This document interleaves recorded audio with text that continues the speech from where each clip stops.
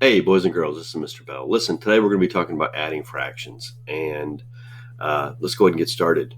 The main thing that you have to remember about adding fractions is that when you add them, you have to have a common denominator, and you need to use least common multiple to find it. Okay, just remember that a multiple of a number is the product of that number multiplied times another number.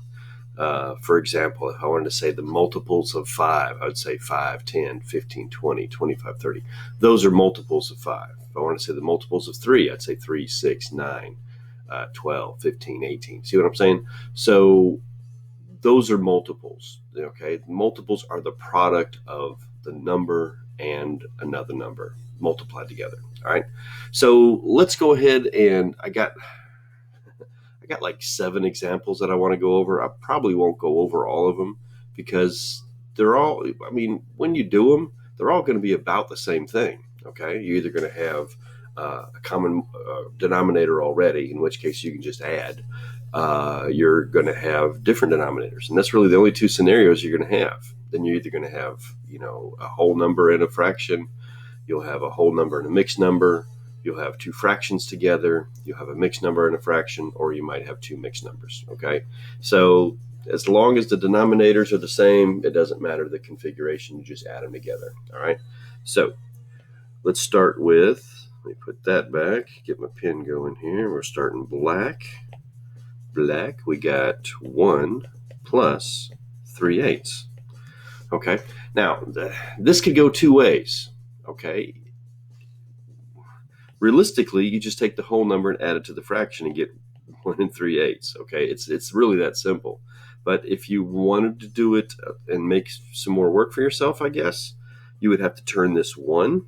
Okay, let me kind of point at this. You have to turn this 1 into a fraction with 8 in the denominator. Okay, so to turn a whole number into a fraction, you would have to, well, let's just say I want to get 8 in the denominator. So I want a fraction that has 8 in the denominator that's equal to 1. And that fraction is 8 over 8. Okay, so now, unlike multiplying, which we've already talked about, you do not have to do anything with the denominator. All you do is add the top. Okay, 8 plus 3 is 11 over 8. The bottom number stays the same. Then you have to simplify it. Okay, 8 it's division, so you're dividing 8 by 11. 8 will go into 11 one time. 1 times 8 is 8. I subtract, I get 3. My answer is 1 and 3/8, which is what I had to begin with. Okay, so it's really simple. It's just you got different scenarios that you kind of need to be aware of. All right, so once we start, all right, let's look at another example. I have 2 fractions with the same denominator, so 5/7 plus 1/7. All you have to do here, if the denominators are the same, are add the numerators. So 5 plus 1 is 6/7. I don't have to do anything else. I can't simplify it. It's done.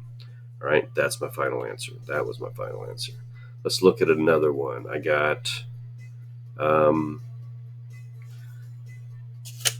let's see. Ooh, okay, here's an example. 2/5 plus 4/5. Okay, once again, you don't have to do anything to the denominator. We're just worried about the numerator. 2 plus 4 is 6 over 5. So there's a situation where the numerator is bigger than the denominator. So you have to kind of keep in mind that it still follows the rules of a fraction. I'd have to divide 6 by 5. 5 will go into 6 one time. 1 times 5 is 5. I subtract, I get 1. That's my remainder. My remainder becomes my numerator, and my divisor is my denominator. So my exact answer is 1 and 1/5. All right. Let's look at something else here. Let's see what I can erase and I can erase all this. Good. All right. So I can't erase that. Another example. I can't read my notes. Let's do mixed numbers with common denominators. I'm just going to do 1 1/2 plus 2 1/2. Now this can go 2 different ways. All right, you can turn the mixed numbers into improper fractions, but that's kind of a lot of work because you're just going to take it right back out.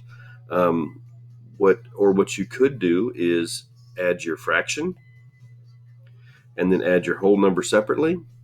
Okay, and then you get your answer. So 1 plus 2 is 3, and then 1/2 plus 1/2 is 2/2. All right, this 2/2 part can simplify. 2 over 2 is equal to 1. So basically what I have there is 3 plus 1, which my final answer would be 4. And that might be a little bit screwy, but basically what a mixed number means is you got 3 plus whatever that fraction is, or whatever your whole number is plus your fraction, because you're adding them all together. All right, let's see. Let's erase this. And let's look at another example. Let's look at a different denominator. So here I got 1 over 3 plus 2 over 7. All right, I got two different denominators. I got the 3 and the 7 here. So I need to try to come up with a way to be able to add them together really easily. So the way that we do it is the least common multiple. So I list the multiples of 3 and I list the multiples of 7. Eventually you'll be able to do this in your head. 3, 6, 9, 12, 15, 18, 21, 24, 27, and 30. All right, so I listed the first 10. All right, 7, I got 7, 14, 21, 28, 35. Man, I can't think here. 42, 49. Okay, I'm already bigger than the ones for 3. So now I just look for the first one that they have in common.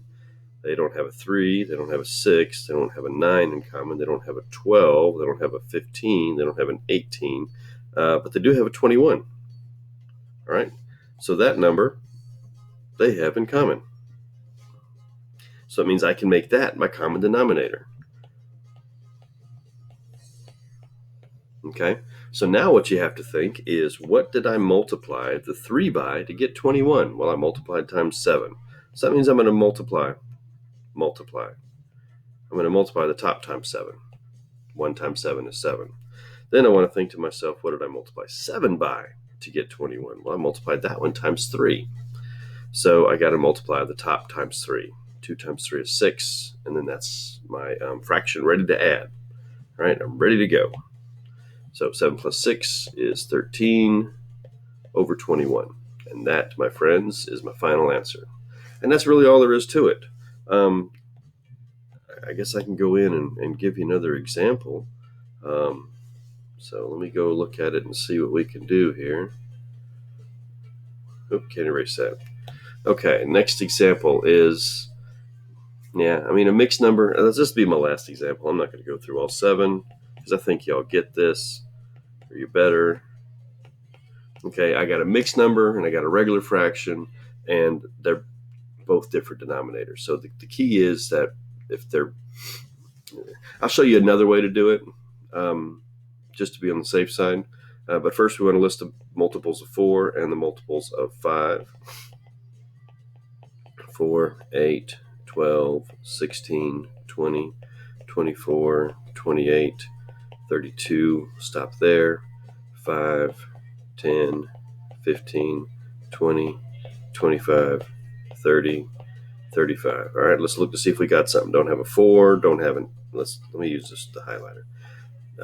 No 4, no 8, no 12, no 16, but I do have a 20. All right, I do have a 20 in common, so I can use that as my common denominator. All right, so let's do this first. This is what I want to show you. With this mixed number, you can turn it into an improper fraction if you wanted to. So you would multiply the denominator times the 1 and then add the numerator. So I'm going to kind of do this over here to the side. This thing turned into a mixed number. An improper fraction. 4 times 1 is 4, plus 1 is 5 over 4. All right. So now I want to turn them into numbers with a 20 in the denominator. All right, 20 in the denominator. So I multiplied this times 5 to get 20, so I'm going to multiply this times 5 as well. All right, then I'm going to, what did I multiply this to get 20? And I multiplied times 4, so I'm going to multiply this times 4. All right, so 5 times 5 is 25, and then 3 times 4 is 12, and then those are my new fractions. 25 plus 12 is 37 over 20. So that's improper. I need to fix that. So I divide 37 by 20. 20 going to 37 one time. 1 times 20 is 20. And I get 13 left over, and my answer is 1 and 13/20. And that's basically it.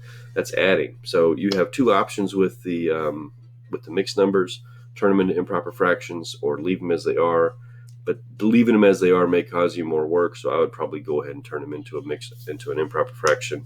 If the denominators are the same, you can go ahead and add. If they're different, you got to come up with a common denominator using, I don't know if y'all can see that. Well, I know you can. LCM, least common multiple.